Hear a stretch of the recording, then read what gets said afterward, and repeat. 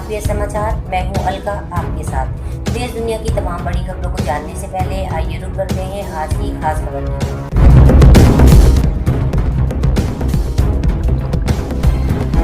उत्तर प्रदेश की कुछ खास खबरें जानने के लिए मेरे साथ लगातार बने रहिए।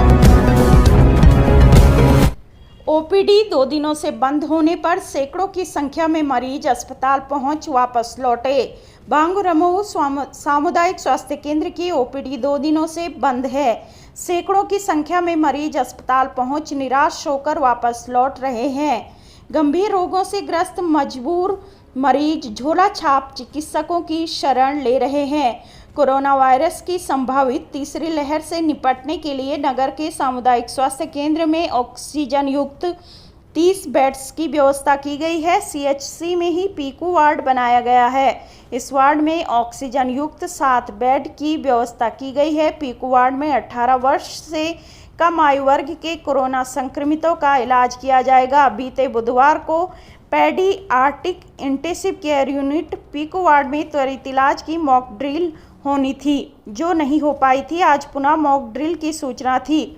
मॉक ड्रिल में जिलाधिकारी और मुख्य चिकित्सा अधिकारी को शामिल होना था, इसलिए 2 दिनों से ओपीडी बंद है। ओपीडी बंद होने के कारण नगर एवं क्षेत्र के सैकड़ों मरीज अस्पताल पहुंच निराश होकर वापस लौट रहे हैं। गंभीर रोगों से ग्रस्त मजबूर मरीज झोला छाप चिकित्सकों की शरण ले रहे हैं। रिपोर्ट सौरभ कुमार। युवक ज्वलनशील पदार्थ लाइटर और चाकू लेकर नीम के पेड़ पर चढ़ गया अपने सवालों के जवाब पाने के लिए। जब जनता के नौकर शासक बन जाएं और जनप्रतिनिधि आंखें बंद कर ले तो फिर जन समस्याओं का निराकरण होगा कैसे? जन समस्याओं के निराकरण के लिए जनप्रतिनिधि और नौकरशाहों की चौखट के चक्कर लगाने के बाद एक बीएड डिग्री धारक युवक ने घातक कदम उठाया। युवक ज्वलनशील पदार्थ लाइटर और चाकू लेकर नीम के पेड़ पर चढ़ गया। युवक अपने सवालों के जवाब के लिए जनप्रतिनिधियों को बुलाने की मांग पर अड़ गए। जनप्रतिनिधियों के ना आने पर आत्महत्या की धमकी देने लगा। करीब 1.5 घंटे बाद पहुंचे जनप्रतिनिधियों से वार्ता करने के बाद युवक पेड़ से नीचे उतरा। बांगरमऊ नगर के लखनऊ मार्ग निवासी आकाश उर्फ रवि गुप्ता पुत्र अनिल गुप्ता बीएड डिग्री धारक है। आज दोपहर करीब 12 बजे रवि ग्रामोफोन, मिट्टी के तेल से भरी पिपिया, लाइटर और चाकू लेकर नगर के स्टेशन रोड पर जा पहुंचा। देखते ही देखते यह सभी सामान लेकर रवि नीम के पेड़ पर चढ़ गया। नागरिकों का ध्यान आकर्षित करने के लिए उसने ग्रामोफोन से भाषण शुरू कर दिए। भाषण सुन थोड़ी ही देर में मौके पर हजारों की भीड़ एकत्रित हो गई। भीड़ एकत्रित होने पर रवि अपने मुद्दे पर आया। नीम के पेड़ पर बैठा रवि चिल्ला चिल्ला कर कहने लगा कि नगर और क्षेत्र के मतदाताओं ने जाति और धर्म के नाम पर वोट देकर जनप्रतिनिधि चुन लिया। जाति और धर्म के नाम पर वोट देने का परिणाम यह हुआ कि नगर और क्षेत्र में समस्याओं का अंबार लग गया।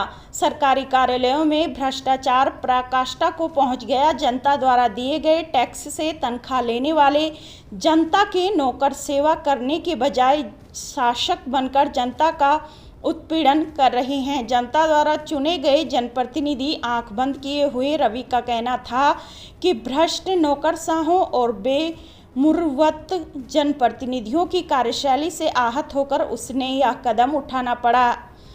करीब 1.5 घंटे बाद क्षेत्रीय विधायक श्रीकांत कटियार व चेयरमैन इजहार खान गुड्डू मौके पर पहुंचे।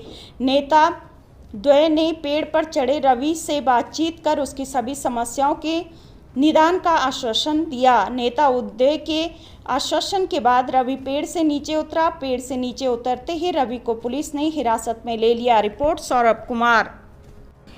यूपी मुख्यमंत्री योगी ने दिए निर्देश, कोविड प्रोटोकॉल का कड़ाई से कराएं पालन, रात्रिकालीन कर्फ्यू को बनाएं प्रभावी। मुख्यमंत्री योगी आदित्यनाथ ने कहा कि एग्रेसिव ट्रेसिंग, टेस्टिंग और त्वरित ट्रीटमेंट की नीति के साथ साथ तेज टीकाकरण की नीति से उत्तर प्रदेश में कोरोना संक्रमण नियंत्रित स्थिति में है, पर कोरोना प्रोटोकॉल का सख्ती से पालन कराएं। खबर विस्तार से। मुख्यमंत्री योगी आदित्यनाथ के निर्देश दिए हैं कि विभिन्न राज्यों में कोविड के मामले एक बार फिर तेजी से बढ़ रहे हैं। हमें सावधान रहना होगा, अतिरिक्त स्थिति बरतनी होगी। कोविड प्रोटोकॉल का कड़ाई से पालन किया जाना बहुत ज़रूरी है। रात्रि 10 बजे के बाद रात्रिकालीन कर्फ्यू को प्रभावी बनाया जाए। पुलिस टीम हूटर बजाकर समय से पूर्व एक चेतावनी जारी करे ताकि 10 बजे तक दुकानें बंद हो जाएं। लोग अनावश्यक सड़कों पर न घूमें। वह गुरुवार को टीम 9 के साथ बैठकर राज्य में कोरोना की स्थिति की समीक्षा कर रहे थे। उन्होंने कहा कि एग्रेसिव ट्रेसिंग, टेस्टिंग और त्वरित ट्रीटमेंट की नीति के साथ साथ तेज टीकाकरण की नीति से उत्तर प्रदेश में कोरोना संक्रमण नियंत्रित स्थिति में है। प्रदेश में अब तक 7,12,89,637 टेस्ट हो चुके हैं। यह देश में किसी एक राज्य द्वारा की गई सर्वाधिक कोविड टेस्टिंग है। 25 अगस्त तक 6,60,82,000 से अधिक वैक्सीन डोज लगाई जा चुकी है। 5,55,94,000 से अधिक लोगों ने टीके की कम से कम एक डोज जरूर ली है। लगातार कोशिशों से उत्तर प्रदेश में कोरोना महामारी की दूसरी लहर की स्थिति नियंत्रण में है। संक्रमण दर न्यूनतम स्थिति में है। विगत 24 घंटों में हुई 2,16,629 सैंपल की टेस्टिंग में 60 जिलों में एक भी नया मरीज नहीं पाया गया। मात्र 19 नए संक्रमित पाए गए, जबकि 22 लोग स्वस्थ होकर डिस्चार्ज भी हुए। इस अवधि में एक भी मरीज की मृत्यु नहीं हुई। प्रदेश में कुल एक्टिव केस की संख्या 342 है। कोविड रिकवरी दर 98.6 है, जबकि बीते 24 घंटों में पॉजिटिविटी दर 0.01% रही। रिपोर्ट आरती सचदेवा। इस वर्ष किस दिन मनाई जाएगी हरतालिका तीज? हरतालिका तीज के दिन क्यों हो गया था माता पार्वती का हरण?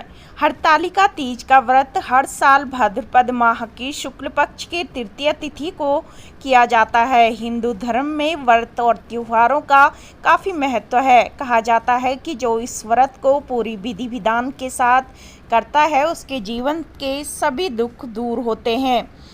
इतना ही नहीं, सुख समृद्धि के साथ वैवाहिक जीवन में शांति बनी रहती है। इसलिए महिलाएं हरतालिका तीज का व्रत पूरे विधि विधान के साथ करती है। ये व्रत सुहागिनों के साथ साथ कुंवारी लड़कियों के लिए भी उतना ही महत्वपूर्ण है। ये व्रत रखने से कन्याओं को मनचाहा वर प्राप्त होता है। इस दिन भगवान शिव और माता पार्वती की पूजा अर्चना की जाती है। धार्मिक मान्यता है कि इस दिन व्रत रखने से वैवाहिक जीवन का सुख और संतान की प्राप्ति होती है। बता दें कि इस बार भाद्रपद माह में हरतालिका तीज का व्रत 9 सितंबर 2021 गुरुवार को रखा जाएगा। ज्योतिष के विशेष जानकार रघुनाथ प्रसाद शास्त्री ने बताया कि हरतालिका व्रत का बहुत महत्व है। महिलाएं 16 श्रृंगार करके ये व्रत करती हैं। इतना ही नहीं, कुंवारी कन्याएं भी मनचाहे वर के लिए ये व्रत रखती हैं। भाद्रपद मास के शुक्ल पक्ष की तृतीया को आने वाली हरतालिका तीज का व्रत रखने से महिलाओं की सभी मनोकामना पूर्ण हो जाती है। वैवाहिक जीवन में सुख शांति बनी रहती है। जानते हैं कि क्यों कहते हैं हरतालिका व्रत? हरतालिका शब्द की उत्पत्ति 2 शब्द हरत और आलिका से मिलकर हुई है। इसमें हरत का मतलब होता है अपहरण और आलिका का मतलब होता है सहेली। एक पौराणिक कथा के अनुसार माता पार्वती का अपहरण उनकी ही सहेलियों द्वारा कर लिया जाता है ताकि उनकी इच्छा के विरुद्ध माता पार्वती के पिता उनकी शादी भगवान विष्णु से न करवा दें। ऐसा होने से बचने के लिए माता पार्वती की सहेलियां उनका अपहरण करके उनके गुफा में ले जाती हैं। दरअसल पौराणिक कथा के अनुसार नारद जी के कहने पर माता पार्वती के पिता उनका विवाह भगवान विष्णु से करना चाहते थे। वहीं माता पार्वती भगवान शिव से विवाह करना चाहती थी और भगवान शिव को पाने के लिए वह कठोर तपस्या कर रही थी। और ये बात जब उनकी सखियों को पता चली तो वे माता पार्वती का अपहरण कर लेती हैं ताकि उन्हें भगवान विष्णु से शादी करने से बचाया जा सके। माता पार्वती गुफा में भी कठोर तपस्या करती रही। इससे भोलेनाथ बहुत खुश हुए, माता पार्वती को आशीर्वाद दिया और उन्हें अपनी पत्नी के रूप में स्वीकार किया। गन्ना मूल्य बढ़ेगा, किसानों पर दर्ज मुकदमे होंगे वापस, सीएम योगी। आपको बता दें कि उत्तर प्रदेश के मुख्यमंत्री योगी आदित्यनाथ ने किसानों को बड़ी राहत देते हुए बुधवार को कई घोषणाएं की।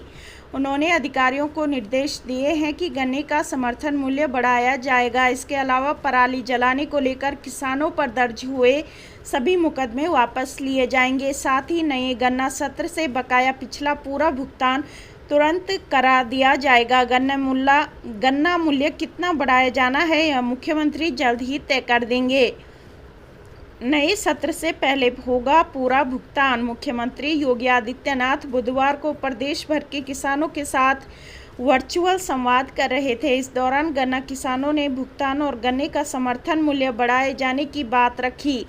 इस पर मुख्यमंत्री ने तुरंत अधिकारियों को निर्देश दिए कि सभी संबंधित लोग चीनी संघ, गन्ना किसान यूनियन आदि से बातचीत कर जल्द ही गन्ना मूल्य बढ़ाने का आदेश जारी कर दिया जाए। केंद्र सरकार ने बुधवार को ही गन्ने का समर्थन मूल्य बढ़ाकर 290 रुपये प्रति कुंटल कर दिया है। माना जा रहा था कि इसके बाद राज्य सरकार भी गन्ने का समर्थन मूल्य बढ़ा सकती है।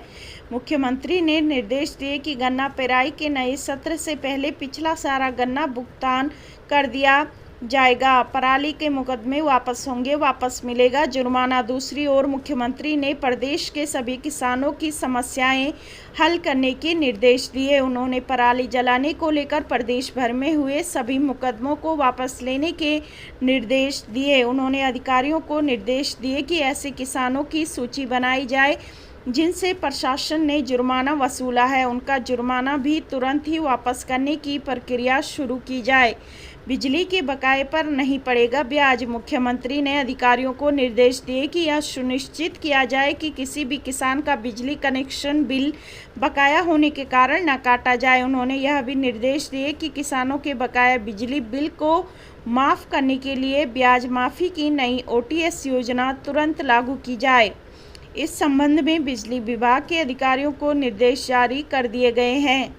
20 अक्टूबर से प्रारंभ होंगी पश्चिम की चीनी मिलें। मुख्यमंत्री ने गन्ना एवं चीनी विभाग के अधिकारियों को निर्देश दिए कि पश्चिम क्षेत्र की चीनी मिलें 20 अक्टूबर से प्रारंभ होंगी।